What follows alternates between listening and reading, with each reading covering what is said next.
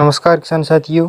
Soybean के सरकारी कार्यालयों द्वारा जारी रिपोर्ट के मुताबिक सोयाबीन के भाव में तेज़ी बताई जा रही है। तो उन्होंने कुछ मुख्य बातें बताई है जो मैं आपके सामने पेश करूँगा किसान साथियों और व्यापारी भाइयों। साल 2024 में जब सोयाबीन के भाव 7,500 रुपये प्रति क्विंटल चल रहे थे, उसी समय सोयाबीन को पीले सोने की संज्ञा दी गई थी। किसानों ने सोयाबीन की खेती करके बढ़िया मुनाफा लिया था, लेकिन पीले सोने के नाम से मशहूर सोयाबीन की खेती अब लगातार गिरती कीमतों के कारण किसानों के लिए घाटे का सौदा बनती जा रही है। पिछले 3 सालों से सोयाबीन के दामों में हो रही लगातार तेज़ गिरावट के चलते स्थिति इतनी गंभीर हो गई है कि किसानों को इसकी खेती से फायदा होने की बजाय नुकसान उठाना पड़ रहा है। अब हम बात करते हैं खरीफ सीजन की।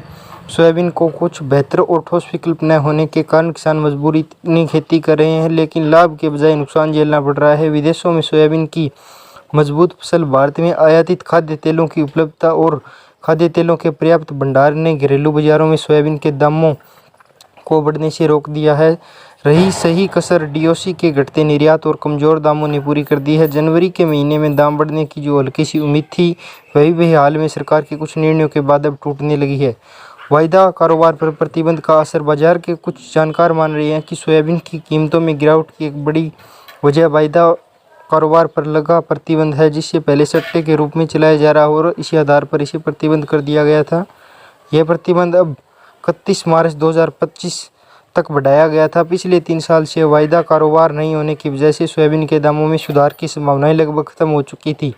जानकारों का मानना है कि अगर वायदा कारोबार दोबारा शुरू हो जाता है तो सोयाबीन की कीमतों में स्थायित्व या कुछ बढ़ोतरी देखने को मिल सकती है। हालांकि प्रतिबंधित माहौल में न तो प्लॉट संचालक ऊंचे भाव पर खरीदने को तैयार है और नए व्यापारी ज़्यादा स्टॉक जुटाना चाहते हैं। तो किसान साथियों, ये रिपोर्ट सोयाबीन के सरकारी कार्यालयों द्वारा जारी की गई थी, जिसकी मैंने आपको जानकारी दी है।